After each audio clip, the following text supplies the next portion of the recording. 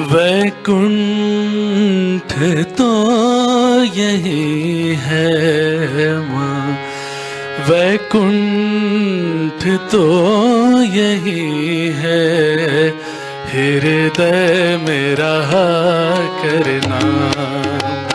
माँ हम पे कृपा करना, माँ हम पे दया करना, माँ हम पे कृपा करना, माँ हम पे दया करना। वैकुंठ तो यही है माँ, वैकुंठ तो यही है, हृदय में रहा करना।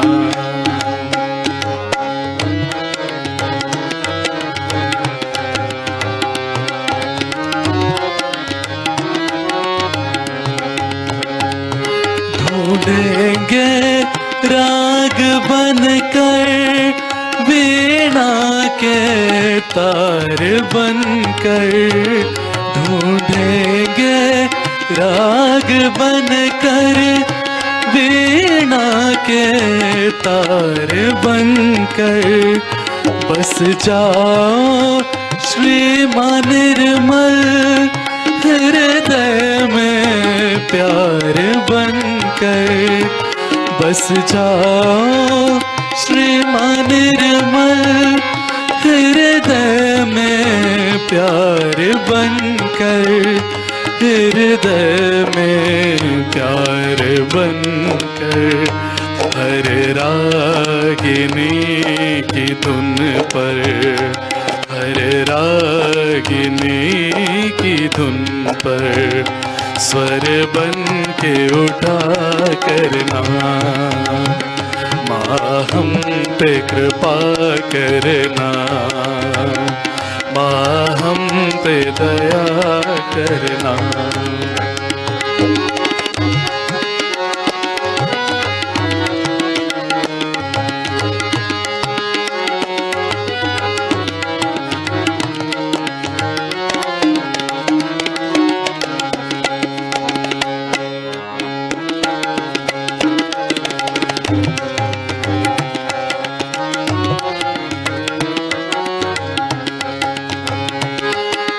पार हो गए हैं लेकर के सहज भक्ति, हम पार हो गए हैं लेकर के सहज भक्ति।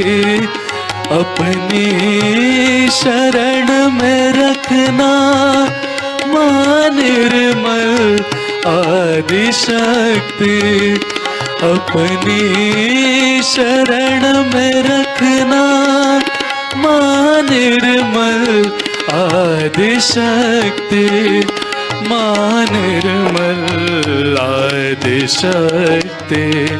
बन सहस्त्रार धारा, बन सहस्त्रार धारा, प्राणों में बहा करना।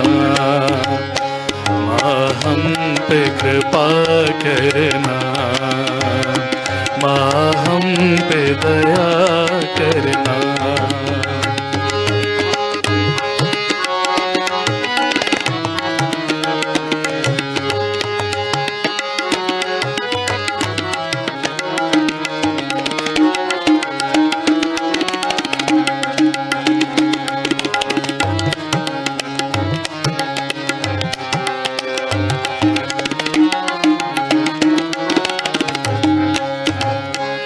नाचेंगे मोर बनकर माँ निर्मल तेरे द्वारे, नाचेंगे मोर बनकर माँ निर्मल तेरे द्वारे।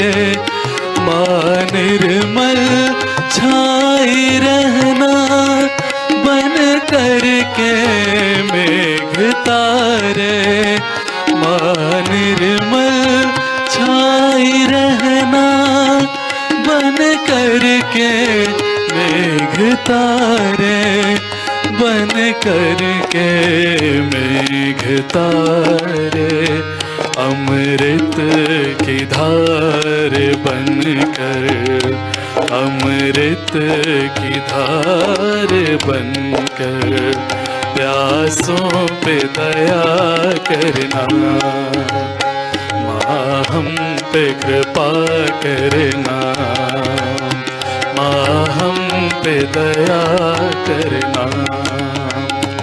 वैकुंठ तो यही है माँ, वैकुंठ तो यही है, हृदय में रहा करना, माँ हम पे कृपा करना, माँ हम पे दया करना, माँ हम पे कृपा करना, माँ हम पे दया करना, माँ हम पे दया करना, माँ हम पे दया करना।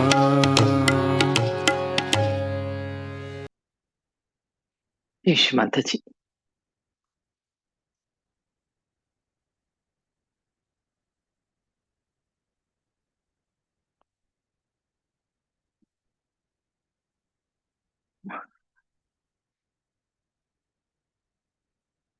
सभी का स्वागत है इस आनंद की यात्रा में। आनंद भी कौन सा, योग के माध्यम से श्री माता जी निर्मला देवी के द्वारा प्रदत्त योग की एक इतनी सहज और सरल विधि जिसे हर व्यक्ति कर सकता है, जिसे करने के लिए कोई बंधन नहीं, कोई नियम नहीं, कोई जाति, कोई धर्म, कोई उम्र, कोई बंधन नहीं कि आज से इस तरह का खाना खाना होगा या इस तरह के कपड़े पहनना होगा या ये नियम को पालना होगा। कुछ भी नियम नहीं, जैसे है वैसे ही जीवन को और सुंदर ढंग से चलाने की कला है सहज योग। जैसा इसका नाम है उतना ही सहज और सरल, जिसे हर व्यक्ति कर सकता है, जिसे करने के लिए कोई पैसे देने की जरूरत नहीं है।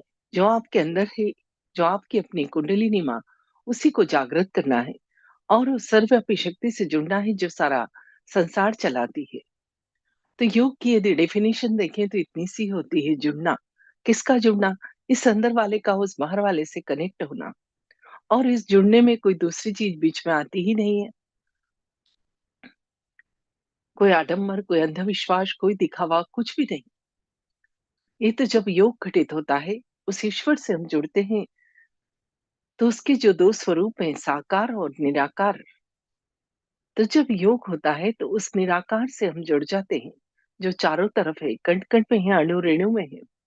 और जब योग घटित हो जाता है उस निराकार से, तो उस निराकार की शक्ति को ठंडी या गर्म हवा के रूप में दोनों हाथों पर और सिर के ऊपर तालु भाग पर अनुभव कर सकते हैं। यह अनुभूति इतनी सुंदर है जिसका वर्णन हर धर्म में किया है। तो हिंदू धर्म में आदि गुरु शंकराचार्य ने इसे सलीलम सलीलम, ठंडे ठंडे चैतन्य के रूप में अपने सौंदर्य लहरी नामक ग्रंथ में वर्णन किया है। तो बाइबल में इसे cool bridge of the Holi ghost कहा है। मुस्लिम धर्म में रूह, तो पातंजल ने इसे ऋतंभरा प्रज्ञा और नानक साहब ने इसे अलख निरंजन कहा है।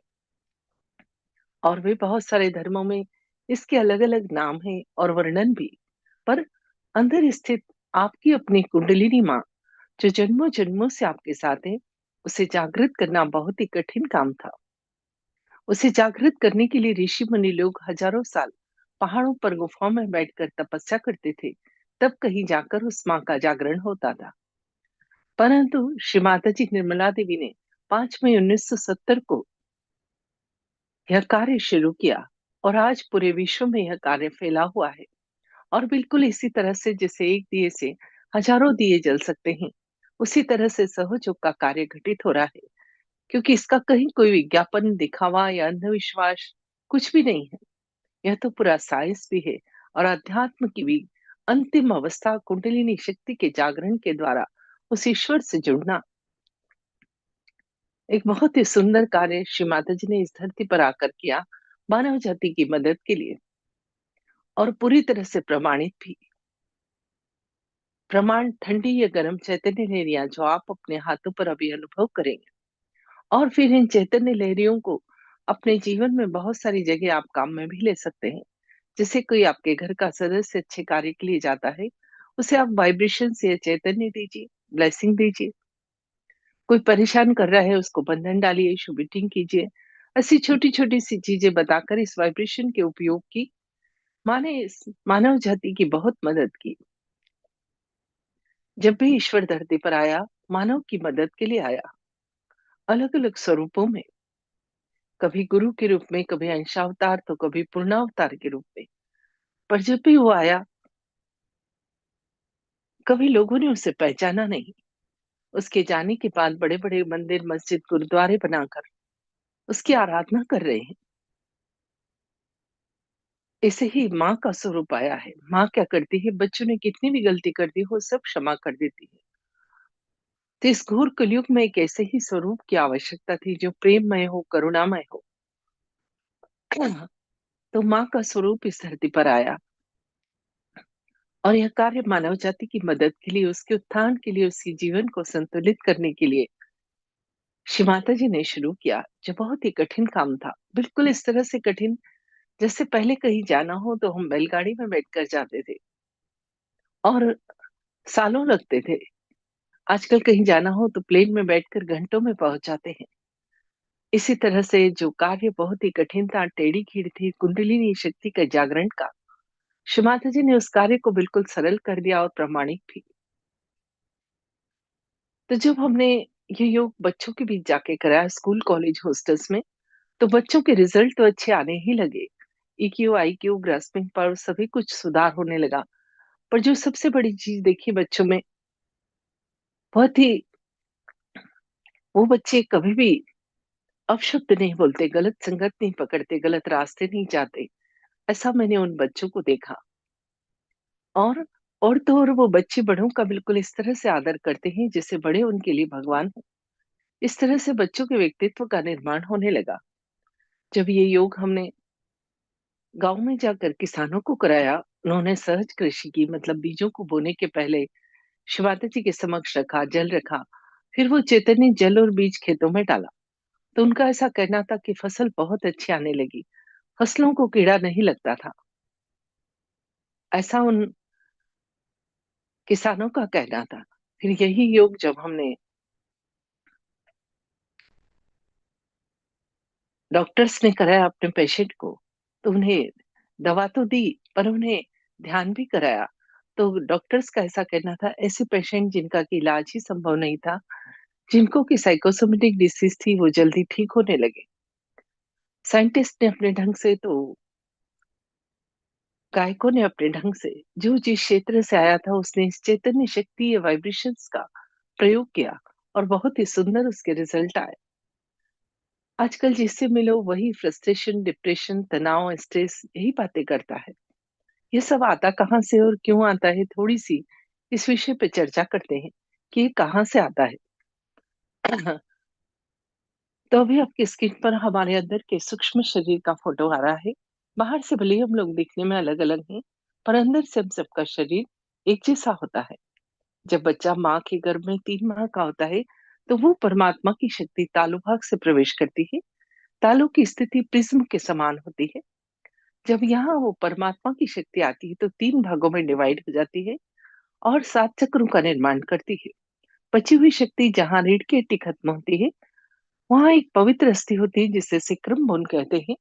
वहाँ पर ये परमात्मा की शक्ति 3.5 कुंडल बनाकर बैठ जाती है, इसलिए इस शक्ति को कुंडलिनी शक्ति या प्योर एनर्जी कहते हैं।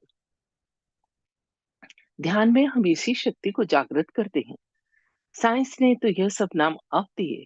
हम तो इतने भारतीय लोग इतने धनी लोग हैं कि हम अपने महत्व ही नहीं जान रहे हैं। हमारे अध्यात्म में ये सभी कुछ चीजें पहले से ही वर्णित है, और बहुत ही सुंदर ढंग से, पर कठिन, जिसे आम आदमी पढ़ ही नहीं पाता और समझ ही नहीं पाता।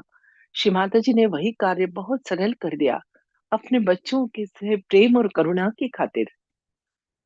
अब नाड़ियों की बात करते हैं। हमारे शरीर में 3 नाड़ियां होती है। लेफ्ट साइड की नाड़ी जैसे कि साइंस में लेफ्ट सिंपैथेटिक नर्वस सिस्टम या इड़ा नाड़ी कहते हैं, तो मन में बहुत ज्यादा पास्ट के थॉट्स चलते हैं, तो ये नाड़ी भूतकाल को कंट्रोल करती है। तो ये और ठंडी हो जाती है क्योंकि चंद्र नाड़ी है। और जब ये ठंडक हमारे अंदर आती है तभी low blood pressure, depression, paralysis इस तरह की प्रॉब्लम होती है। और बच्चे पढ़ाई करने बैठते हैं और उन्हें नींद आ जाती है। दूसरी नाड़ी पिंगला नाड़ी है, जिसे सूर्य नाड़ी या राइट सिंपैथेटिक नर्वस सिस्टम भी कहते हैं। साइंस ने तो यह सब नाम अब दिए हैं। हमारा अध्यात्म तो इतना गहन है कि उसमें सभी कुछ पहले से ही वर्णित है, पर क्योंकि हम उसे पढ़ते नहीं है इसलिए हमें पता नहीं हमारे पास क्या चीज है। तो ये पिंगला नाड़ी सूर्य नाड़ी है। बहुत ज्यादा भविष्य की चिंता करने से ये और गर्म हो जाती है। जब ये गर्मी हमारे अंदर आती है तो ऐसे लोगों को high blood pressure, heart attack, asthma, paralysis इस तरह की प्रॉब्लम होती है। और बच्चे पढ़ाई करने बैठते हैं, पढ़ाई में उनका मन ही नहीं लगता, माइंड बहुत डिस्ट्रैक्ट रहता है।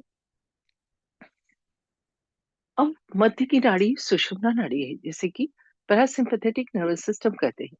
जब मन में बहुत पास्ट और फ्यूचर के विचार चलते हैं, और यदि आप योग करते हैं तो जो साधक योग करता है कुंडलिनी शक्ति का जागरण करता है माँ के आशीर्वाद के द्वारा, तो यह मध्य नाड़ी सुषुम्ना नाड़ी खुल जाती है।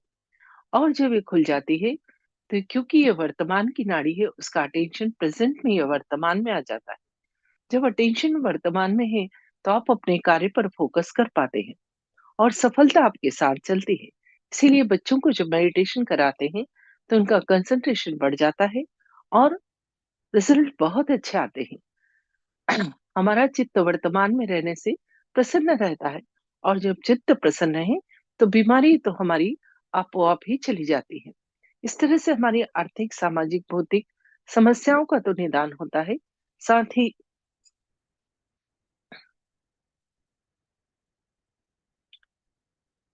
जहां आप जाते हैं पॉजिटिव एनर्जी बिखेरते हैं, लोग आपको बहुत पसंद करते हैं।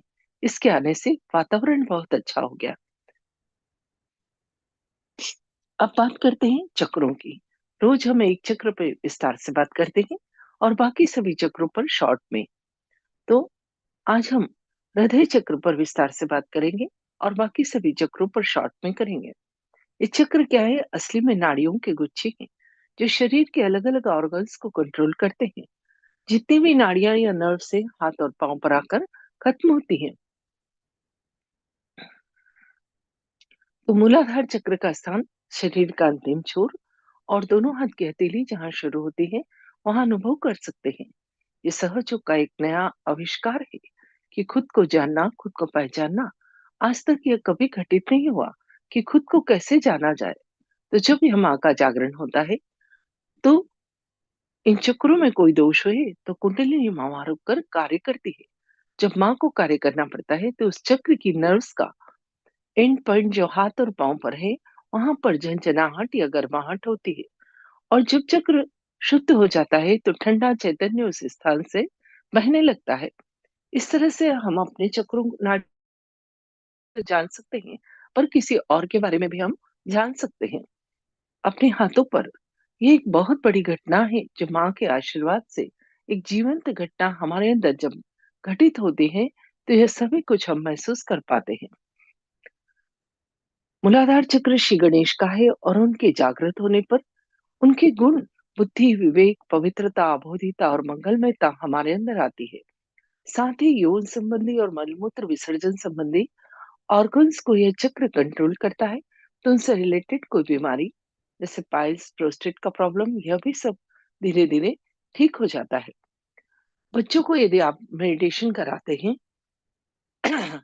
तो बच्चों के अंदर विवेक या विजडम आने से उन्हें पता होता है कि किस रास्ते जाना, किससे दोस्ती करना, कौन सी पढ़ाई किस तरह से करना। और हम बड़ों को भी एक बहुत बड़ी कला हमारे अंदर आ जाती है। कोई बुरी आदत है उससे भी छुटकारा मिलता है। हमारी काम करने की एफिशिएंसी बढ़ जाती है। आश्चर्य होता है, हम वही कार्य वही, पर कार्य करने का ढंग सुंदर हो जाता है। सेकंड नंबर पर स्वादिष्ठान चक्र जो दोनों हाथ के अंगूठे पर है। श्री ब्रह्मदेव सरस्वती इसे संभालते हैं और उनके जागृत होने पर उनकी क्वालिटी, सृजनशीलता, क्रिएटिविटी और शुद्ध ज्ञान, ईश्वर को जानने का शुद्ध विद्या हमें प्राप्त होती है। साथ ही लीवर, किडनी, पेंक्रियास में कोई प्रॉब्लम है, धीरे-धीरे वह भी दूर होती है। क्योंकि जब कुंडलिनी माँ जागृत होती है तो हर चक्र को नरिश करती है, उसे खोलती है, उन पर विराजमान देवताओं को जागृत करती है और उनके आशीर्वाद हमें प्रदान करती है। साथ ही उस चक्र से संबंधित जो शरीर के अंग हैं, उन्हें भी ठीक करती है। इसलिए सहयोग करने के बाद आपकी बीमारियों में भी सुधार होता है। परंतु आप सहयोग इसलिए मत करिए कि आपको बीमारी ठीक करना है। आप इसलिए करिए कि इस मनुष्य जन्म को सार्थक करना है। ये मनुष्य जन्म 84 लाख योनियों के बाद प्राप्त होता है। तो क्या हम इसको यूं ही टेंशन, प्रॉब्लम, डिप्रेशन में ही खत्म कर देंगे? अब थर्ड नंबर पर आता है नाभि चक्र, जो दोनों हाथ की सबसे बड़ी उंगलियों पर फील कर सकते हैं, जो संतोष और समाधान का है। इस चक्र के जागृत होने पर इसकी क्वालिटी, लक्ष्मी की कृपा, पैसों में बरकत और पैसों का आप सुख उठाते हैं।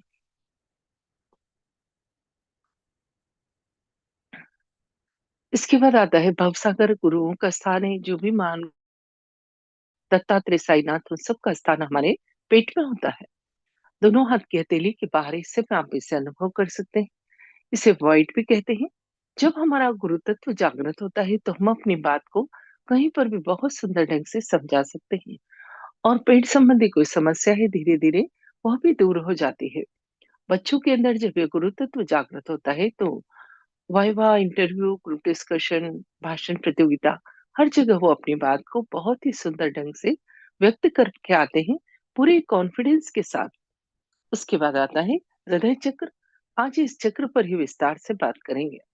इस चक्र को हम दोनों हाथ की छोटी उंगलियों पर अनुभव कर सकते हैं। ये हृदय चक्र 12 पंखुड़ियों का बना हुआ है। जो पंखुड़ियां बाईं तरफ जाती है बायां, जो दाईं तरफ जाती है दायां, और जो मध्य में रहती है मध्य चक्र कहलाता है। ये आपकी स्क्रीन पर हृदय चक्र का फोटो आ गया है। बहुत ही सुंदर ढंग से देखिएगा इसकी स्थिति, सिर पर स्थिति, हाथों पर स्थिति और पाँव की भी छोटी उंगलियों पर स्थिति। शरीर में हृदय के यहाँ ही रीढ़ की हड्डी में इन सब चक्रों का स्थान होता है। यह चक्र वायु तत्व से बना है। जब ये जागृत होता है तो उस चक्र में कोई असंतुलन है, धीरे धीरे वह भी दूर हो जाता है।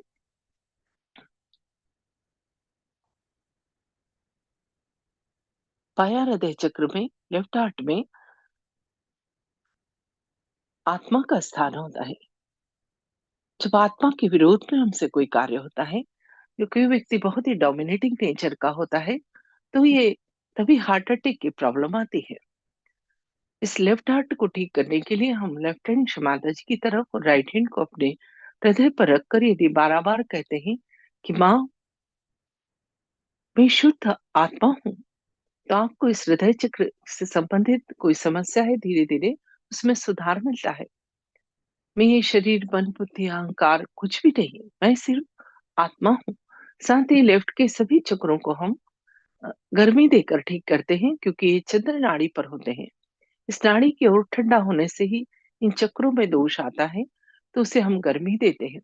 उसके लिए हम कैंडलिंग करते हैं। कैंडलिंग कैसे करना है, ये इसका वीडियो हमारे यूट्यूब चैनल पर ट्यूटोरियल वीडियोस में हमने डाल रखे हैं।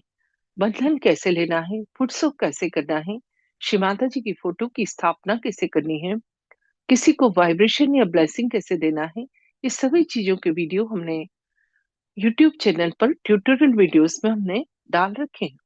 यदि आप चैनल सब्सक्राइब कर लेंगे तो सभी कुछ देखने को और समझने को मिल जाएगा। सहयोग मुरा साइंस है और उतना ही अध्यात्म भी। परंतु सभी कुछ समझ के करे, अंधविश्वास के तौर पर नहीं कि आपसे कह दिया इसलिए कर लिया। गलत ढंग से कुछ भी नहीं करना है, सभी कुछ सही ढंग से कीजिएगा। इसलिए ये वीडियो बनाकर इन चीजों के डाल रखे हैं कि इसे समझ कर करिए। यूट्यूब चैनल इसलिए नहीं सब्सक्राइब करिए कि हमें इससे कुछ फायदा है, या हमने तो इसमें विज्ञापन का, एडवर्टाइज का मोड भी बंद कर रखा है, ताकि इस परम कार्य में कहीं कोई विघ्न बाधा नहीं आ जाए। क्योंकि कार्य इतना बड़ा है और अंतिम भी और उतना ही सुंदर और आनंद प्रदान करने वाला। अब आते हैं राइट हार्ट पर। राइट हार्ट का स्थान राइट साइड में होता है। यहाँ पर श्री सीताराम का स्थान है, जो मर्यादा पुरुषोत्तम थे। जो लोग बहुत ही पति या पत्नी एक दूसरे को डोमिनेट करते हैं, या पिता से रिलेशन अच्छे नहीं रहते हैं, या पिता की मृत्यु बचपन में ही हो जाती है, उनका ही राइट हार्ट खराब होने से अस्थमा की प्रॉब्लम होती है।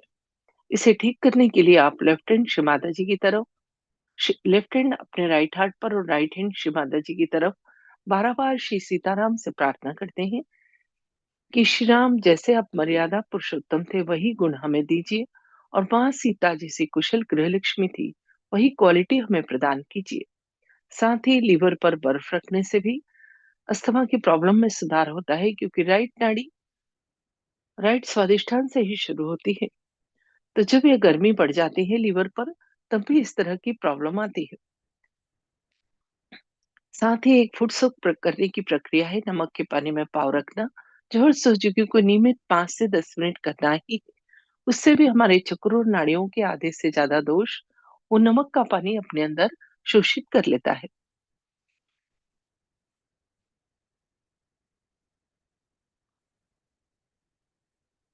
अब मध्य हृदय पर आते हैं। यहाँ मां जगदम्बा का स्थान है, जो हमें पूर्ण सुरक्षा प्रदान करती है, अपनी सभी शक्तियों के साथ हमारे इस हृदय चक्र पर विराजमान होती है। तो जब ये हृदय चक्र जागृत हो जाता है, तो यहाँ पर विराजमान सभी माँ जगदम्बा की शक्तियां जागृत होने से हमें पूर्ण सुरक्षा, निर्भयता और निडरता प्राप्त होती है। जो बच्चे बार बार बीमार पड़ते हैं, कहीं ना कहीं बहुत डरते हैं, क्योंकि रोगों से लड़ने की जो एंटीबॉडीज है, जिन्हें हम अध्यात्म में गण कहते हैं, यहीं से तैयार होकर इस पूरे शरीर में जाते हैं। 12 साल तक जिन महिलाओं को ब्रेस्ट कैंसर की प्रॉब्लम है, कहीं ना कहीं अपने आप को बहुत इनसिक्योर फील करती है। यदि उन्हें ध्यान कराया जाए, तो इस तरह की प्रॉब्लम से छुटकारा मिलता है। हमारा इम्यूनिटी सिस्टम स्ट्रांग होता है, रोग प्रतिरोध क्षमता भी हमारी बढ़ जाती है। इसके लिए आप लेफ्ट हैंड शमाधा जी की तरफ करके राइट हैंड को मध्य हृदय पर रखें, और 12 बार गहरी सांस लें और छोड़ें, और जगदम्ब जगदम्ब जगदम्ब बोलें। हर सांस छोड़ने के बाद तो आपके इस हृदय चक्र से संबंधित कुछ असंतुलन है, धीरे धीरे वह भी दूर हो जाता है। जब यह हृदय चक्र जागृत होता है, इसके तत्व वायु से एकाकारिता होती है, तो शरीर में हल्कापन महसूस होता है। इसलिए बहुत सारे साधक कहते हैं कि ध्यान करने के बाद बहुत ही हल्कापन फील हो रहा है। बहुत ही छोटी-छोटी बातें हैं, पर बहुत ही महत्वपूर्ण है। जब आपका हृदय चक्र जागृत हो जाता है, तो आपको पूर्ण सुरक्षा भी प्राप्त होती है। कहीं एक्सीडेंट भी हो तो आप सुरक्षित रहते हैं, कोई जादू टोना, कोई बुरी निगाह आप पर नहीं डाल सकता है। पर आपको बंधन लेने की एक प्रक्रिया है, आधा मिनट की, जो ध्यान के पहले, ध्यान के बाद, घर से निकलने के पहले, रात को सोने से पहले और सुबह उठने के बाद जरूर लेना है। ये सुरक्षा कवच है, जो देवी कवच का पाठ लेकर लोग, जिसका 1 घंटे पाठ करना होता था, घर से निकलते थे अपनी सुरक्षा के लिए। वही उसका ही सरल स्वरूप श्री माता जी ने बंधन लेना बताया है, जो हर सोचुकी को लेना ही चाहिए। तो इस तरह से छोटी-छोटी सी चीजें हैं, जिन्हें आपको करना है। यदि आप थोड़ा-सा समय सहयोग के लिए निकाल लेंगे, तो आप देखेंगे जीवन कितना सुंदर हो गया, आनंदित हो गया और संतुलित भी हो गया। तो कल हम विशुद्धि चक्र के विषय में बातचीत करेंगे। विशुद्धि चक्र का स्थान हमारे गले में होता है, और दोनों हाथ के अंगूठे के पास वाली उंगली पर आप इसे फील कर सकते हैं, या आपकी स्क्रीन पर विशुद्धि चक्र दिखाया गया है। कल इसी चक्र पे विस्तार से बात होगी। दोनों हाथ के अंगूठे के पास वाली उंगली पर जान सकते हैं, राधा कृष्ण इसे संभालते हैं, और नाक कान गले से संबंधित रोगों को यह कंट्रोल करता है। तो जैसे स्पॉन्डिलाइटिस, थायराइड, ऐसी कोई तकलीफ है, उसमें भी सुधार होता है। साथ ही इस चक्र की क्वालिटी की वाणी में मधुरता, व्यक्तित्व में आकर्षण, साक्षी भाव, यह सब गुण भी धीरे धीरे आपके अंदर डेवलप होते हैं। अब उसके बाद आता है आज्ञा चक्र। तीनों नाड़ियां आकर मिलती है और इस चक्र को ब्लॉक कर देती है। इस आज्ञा चक्र तक ही अभी तक सबने ध्यान की बात की थी, क्योंकि इससे ऊपर उठना बहुत ही कठिन था। ये इसका गुण, जो क्षमा की शक्ति है, बहुत ही कठिन गुण है। और जब ये गुण हमारे अंदर नहीं आता, तो ये लेफ्ट नाड़ी राइट में और राइट नाड़ी लेफ्ट में जाकर ईगो और सुपर ईगो के, अहंकार और प्रत्यहंकार के दो बैलेंस बना देती है और कुंडलिनी माँ के मार्गों को रोक देती है। तो जब क्षमा की शक्ति आती है माँ के प्रेम और करुणा से, तब ये दोनों बैलेंस पिचक जाते हैं और कुंडलिनी माँ इस आज्ञा चक्र से ऊपर उठकर सहस्त्रार चक्र जो सिर के ऊपर तालु भागे वहां पर पहुंचकर लिम्बिक एरिया में यहाँ पर ब्रह्मानंद रहे उसका भेदन कर उस चारों तरफ फैली हुई परमात्मा की शक्ति से हमारा योग करा देती है। और जब योग घटित हो जाता है तो उस शक्ति को दोनों हाथों पर और सिर के ऊपर तालु भाग पर अनुभव कर सकते हैं, ठंडी या गर्म हवा के रूप में, जो भी इसी वक्त आप अनुभव करेंगे। तो उसके पहले हम इस अंदर के सूक्ष्म शरीर को शुद्ध करेंगे, जिन 5 तत्वों से हम बने हैं, जल, आकाश, अग्नि, पृथ्वी और वायु, उन्हीं 5 तत्वों की मदद लेकर हम पहले अपने आप का शुद्धिकरण करेंगे। तो कैसे करना है सीख लीजिए। दोनों हाथों को घुटने पर खोलकर रखिए। अब जैसे एक मिट्टी का खिलौना टूट गया, तो हम मिट्टी लगाकर जोड़ सकते हैं। ऐसे ही ये शरीर जिन 5 तत्वों से बना है, उसी की मदद लेकर पहले हम अपने आप का शुद्धिकरण करेंगे। तो एक दिया ज़रूर जलाइएगा, 5 तत्वों में से एक अग्नि भी है। ध्यान की शुरू करने के पहले दोनों हाथ घुटने पर खुले हुए, अब सीधा हाथ राइट हैंड धरती माँ पर रखें। हथेली को चिपकाकर जो नीचे नहीं बैठ सकते हैं, साइड में छोड़ दें।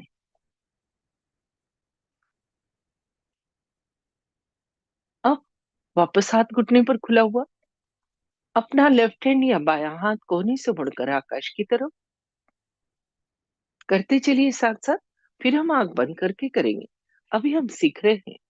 अब दोनों हाथ धरती माँ पर जो ऊपर बैठे हैं, साइड में छोड़ दें।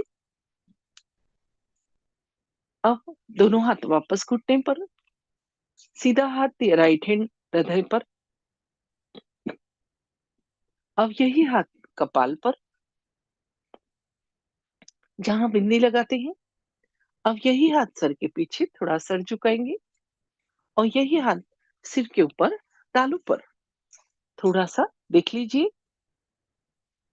ये हथेली की चमड़ी से सिर की चमड़ी को 7 बार जिस तरह से घड़ी का काटा घूमता है घुमाएंगे और वहीं पर हाथ ऊंचा करके उस शक्ति को फील करेंगे। थोड़ा आगे पीछे, थोड़ा दाएं बाएं और तालू से ऊपर नीचे कर कर देखेंगे। बस इतना ही करना है। फिर दूसरे हाथ से चेक करेंगे और फिर दोनों हाथ आकाश की तरफ, गर्दन पीछे, और एक प्रश्न पूछेंगे। जैसा इसका नाम है उतना ही सहज और सरल भी, जिसे हर व्यक्ति कर सकता है, जिसे करने के लिए कोई विशेष उपक्रम करने की जरूरत नहीं है। तो अभी आपकी स्क्रीन पर श्री माता जी का फोटो आ गया है। ये फोटो बहुत खास है। ये बाजार में बिक्री नहीं होता। इस फोटो से निकलने वाली रेज ही हमारी कुंडलिनी शक्ति के जागरण में हमारी मदद करती है।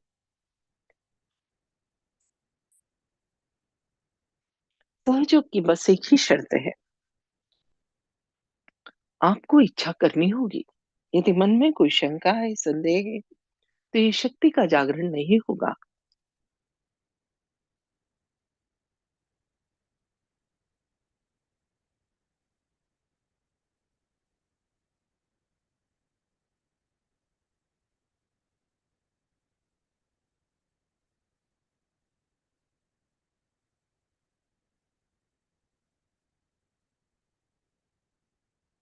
दोनों हाथ थोड़े से ऊपर उठाएं, हृदय तक श्री माता जी की तरफ देखें, पूरी इच्छा के साथ हृदय से प्रार्थना करें। श्री माता जी, कृपा करके मुझे योग प्रदान करो।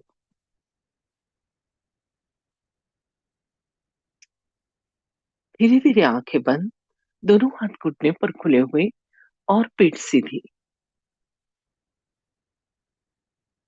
अब अपना सीधा हाथ या राइट हैंड धीरे धीरे धरती मां पर रखें, हथेली को चिपकाकर, और प्रार्थना करें। माँ, कृपा करके मेरी इड़ा नाड़ी को शुद्ध कर दीजिए। इड़ा नाड़ी का स्थान रीढ़ की हड्डी के थोड़ा सा बाईं तरफ, लेफ्ट साइड में। यहाँ पर प्रार्थना करेंगे, माँ इस नाड़ी के सभी दोष, विकार,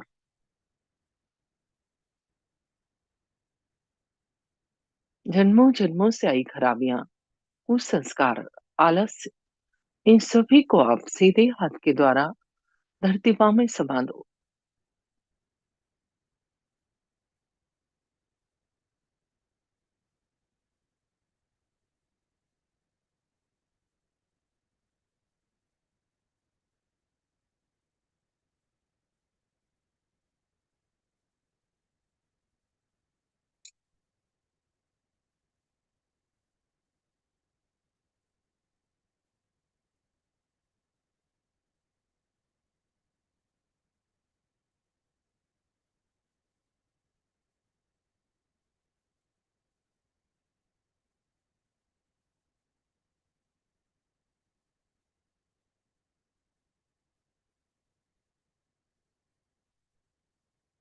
आपको अनुभव हो सकता है कि राइट हैंड से कुछ निकलकर धरती में जा रहा है और लेफ्ट हैंड पर कुछ फील हो रहा है।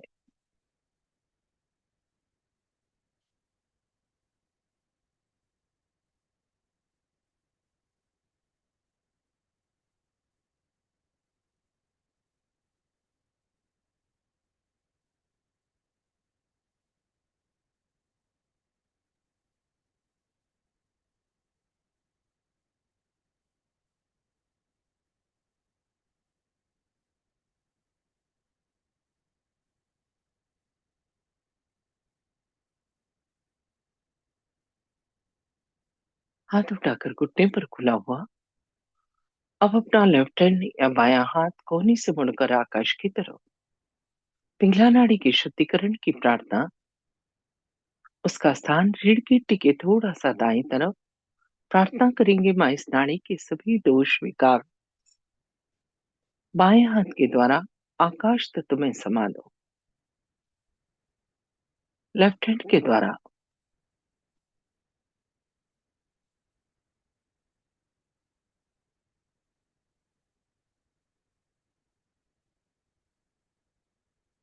हाथ धीरे धीरे वापस घुटने पर।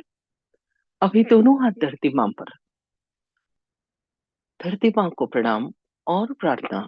हे धरती माँ, अभी भी मेरी दोनों नाड़ियों में यदि कोई दोष बाकी है तो कृपा करके आप अपने अंदर शोषित कर लो।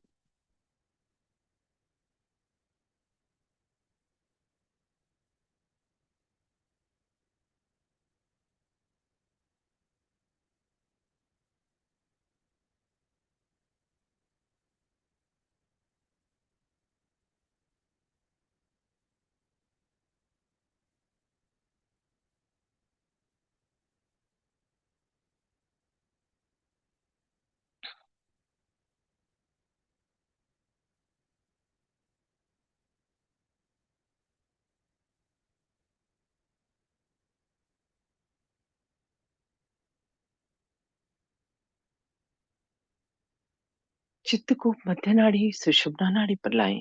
उसका स्थान रीढ़ की हड्डी के मध्य में।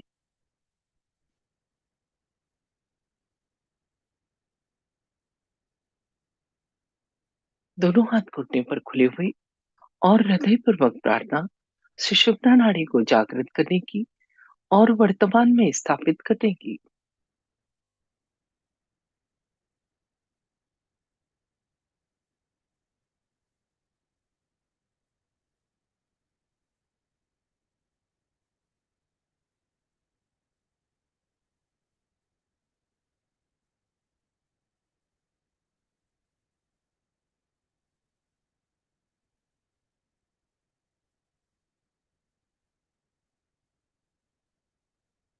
अब अपना सीधा हाथ या राइट हैंड अपने हृदय पर आत्मा के स्थान पर थोड़ा दबाओ और चित्त पूरा हाथ के नीचे।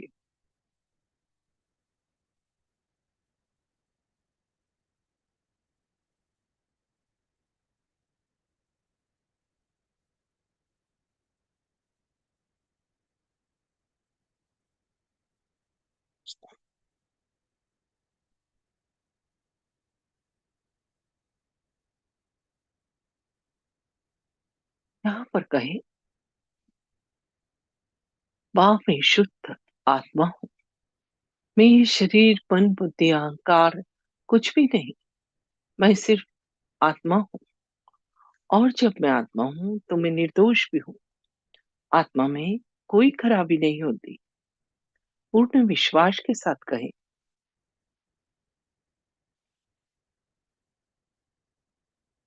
जब हम इस तरह से कहते हैं तो अंदर बैठी कुंडलिनी माँ बहुत प्रसन्न होती है और जागृत होने के लिए तैयार होती है।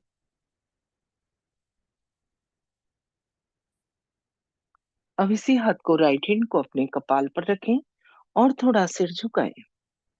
यहाँ पर कहें, माँ, आज मैंने सबको क्षमा किया और अपने आप को भी क्षमा किया।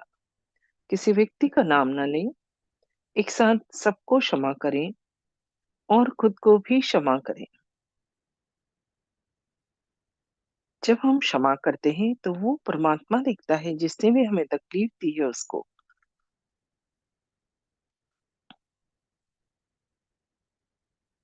अब इसी हाथ को सर के पीछे रखें और गर्दन थोड़ी सी पीछे झुकाएं। यहाँ पर कहें, माँ, जाने अनजाने में उस ईश्वर की शान के खिलाफ यदि मुझसे कोई कार्य हुआ है तो क्षमा करो। परमात्मा क्षमा का सागर है, दया का सागर है, हमारी सभी गलतियों के लिए क्षमा करता है।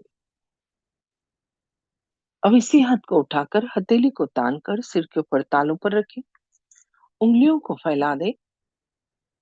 हाथ को बिना उठाए हथेली की चमड़ी से सिर की चमड़ी को 7 बार घुमाएं। घड़ी का काटा घूमता है उस दिशा में, क्लॉकवाइज डायरेक्शन में। और प्रार्थना करें, श्री माता जी, कृपा करके मुझे आत्म साक्षात्कार दो, सेल्फ रियलाइजेशन दो, उस सर्वव्यापी शक्ति से जो सारा संसार चलाती है। मेरा योग करा दो, उस शक्ति की अनुभूति दो। पूर्ण हृदय से मांगे, पूरी विनम्रता के साथ।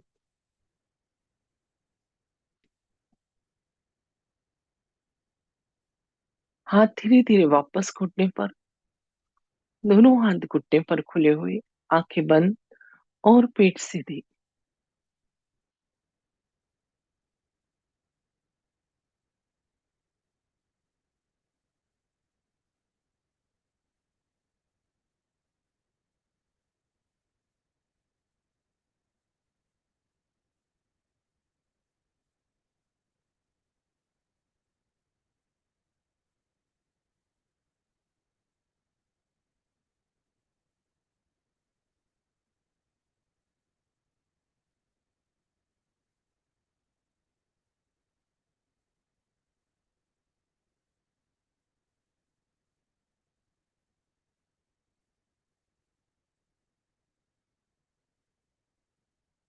थोड़ी देर ध्यान लगाएं। पूरा चित्त या टेंशन सिर के ऊपर तालों पर, दोनों हाथ घुटने पर खुले हुए, आंखें बंद और पेट सीधी। यदि कोई विचार आ रहे हैं तो उन्हें माफ कर दे। धीरे धीरे दो विचारों में अंतर पड़ जाएगा और वो अंतर के क्षण में ही योग घटित होगा।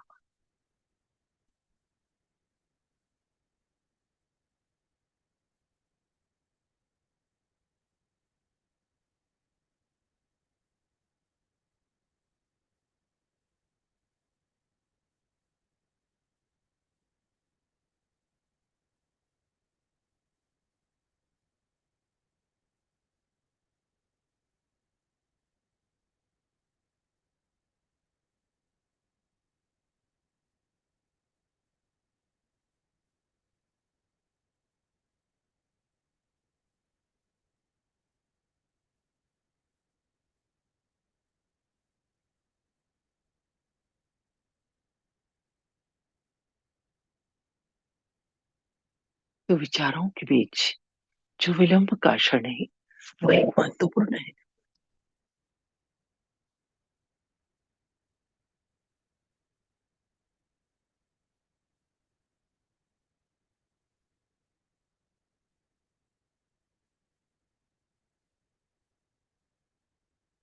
आंखें बंद ही रखें और अपना अटेंशन दोनों हाथ की हथेली और उंगलियों की टिप्स पर लाएं।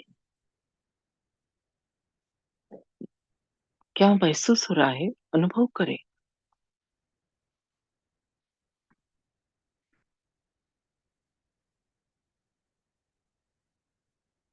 हाथों में ठंडा या फिर गर्म, उंगलियों के टिप्स पर कुछ झंझनाहट, हथेली में कुछ गोल घूमता हुआ या हाथ भारी हो गए हों, ऐसा कुछ भी दोनों हाथ में या एक हाथ में महसूस होगा।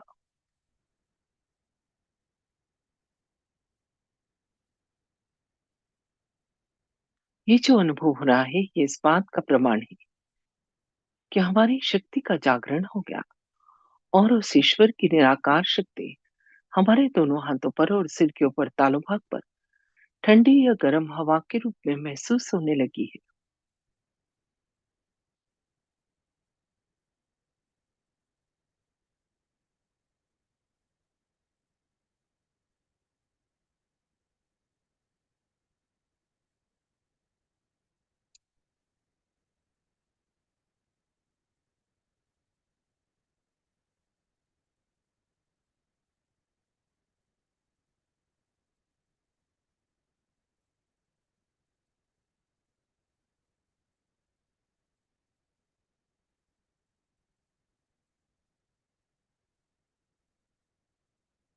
ये जो अनुभव हो रहा है, इस बात का प्रमाण है कि हमारी शक्ति का जागरण हो गया और उस ईश्वर की निराकार शक्ति हमारे दोनों हाथों पर और सिर के ऊपर तालू भाग पर अनुभव हो रही है।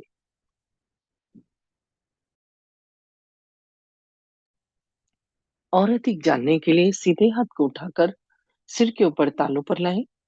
हाथ को बालों से 4-5 इंच ऊपर और अनुभव करें तालू से निकलती हुई ठंडी या गर्म हवा हथेली को छूती हुई। हाथ थोड़ा तालू से आगे पीछे, थोड़ा दाएं बाएं और तालू से ऊपर नीचे कर कर देखें। किसी किसी को बहुत ऊपर तक ठंडक का एहसास होता है।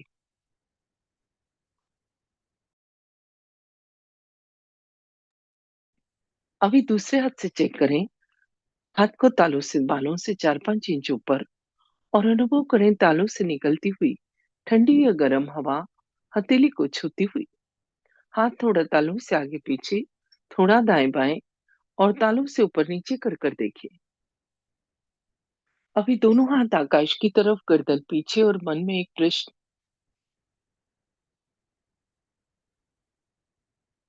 माँ, क्या यही वो शक्ति है जो सारा संसार चलाती है? क्या यही परमात्मा के प्रेम की शक्ति है? क्या यही डिवाइन पावर है? उत्तर में आपके हाथों पर और स्पष्ट अनुभूति होगी। ये इस बात का प्रमाण है कि आपका प्रश्न सही है। हाथ धीरे धीरे वापस घुटने पर और कुछ सेकंड शांत बैठे अपने अंदर देखें इस समय की स्थिति को। क्या मन शांत है, प्रसन्न है, विचार कम है? यदि इसका उत्तर हाँ है तो दोनों हाथ जोड़ लें। अंदर बैठी कुंडलिनी माँ और श्री माता जी को धन्यवाद स्वरूप प्रणाम करें। जिन्होंने भी आज पहली बार ज्वाइन किया या कुछ ही दिनों से आ रहे हैं, सभी से मेरी रिक्वेस्ट है कि लगातार इस सेशन को तब तक अटेंड करें जब तक चक्रों नाड़ियों का ज्ञान और चैतन्य की अनुभूति नहीं हो जाती। उसके बाद आप हमारे गहन ध्यान का सेशन अटेंड कर सकते हैं, जिसकी जानकारी अभी आपको दी जाएगी। जय श्री माता जी।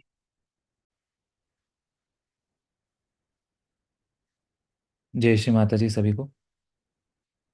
जो भी साधक आज पहली बार जुड़े हैं, आपसे विनती है कि कुछ दिन इस सेशन को आप ज़रूर देखें। धीरे धीरे सभी चक्रों और नाड़ियों की जानकारी आपको मिलेगी और इसी के साथ आपकी अनुभूति भी बढ़ेगी। नए साधकों के लिए आत्म साक्षात्कार के कार्यक्रम रोज़ दिन में 3 बार इसी यूट्यूब चैनल पर लाइव रहते हैं। पहला कार्यक्रम सुबह 8 बजे, दूसरा दोपहर 4:15 और तीसरा रात पौने 8 बजे। अपनी सुविधा अनुसार आप कोई सा भी कार्यक्रम अटेंड कर सकते हैं। सुबह 8 बजे और दोपहर 4:15 बजे के कार्यक्रम के बाद, ध्यान के बाद, आप अपने प्रश्न भी हमसे यूट्यूब पर लाइव चैट में पूछ सकते हैं या जूम मीटिंग ज्वाइन करके डायरेक्ट बात भी कर सकते हैं। आप चैनल सब्सक्राइब कर लेंगे तो रोज़ होने वाले कार्यक्रम की लिंक आपको ईजिली मिलती रहेगी। इसी के साथ इस चैनल पर हमने बहुत से ट्यूटोरियल वीडियोस, वर्कशॉप के वीडियोस, चक्रों नाड़ियों की जानकारी के वीडियोस भी अपलोड किए हैं, जिन्हें देखकर आप सहजयोग की पूरी जानकारी ले सकते हैं। जिन साधकों को कुछ समय हो गया है, आप चाहें तो रोज़ 5:30 बजे गहन ध्यान का कार्यक्रम भी इसी यूट्यूब चैनल पे होता है, उसे भी अटेंड कर सकते हैं। सभी साधकों से विनती है, सुबह शाम 5 से 10 मिनट ध्यान ज़रूर करें। रोज़ फुट सोकिंग करें, श्री माता जी के प्रवचन सुने, और सप्ताह में कम से कम एक बार सामूहिक ध्यान के लिए आप अपने अपने शहर या गांव के सेंटर पर ज़रूर जाएं। सेंटर कहाँ और कितने बजे लगता है, इसकी जानकारी आप ऑनलाइन देख सकते हैं या हमसे भी पूछ सकते हैं।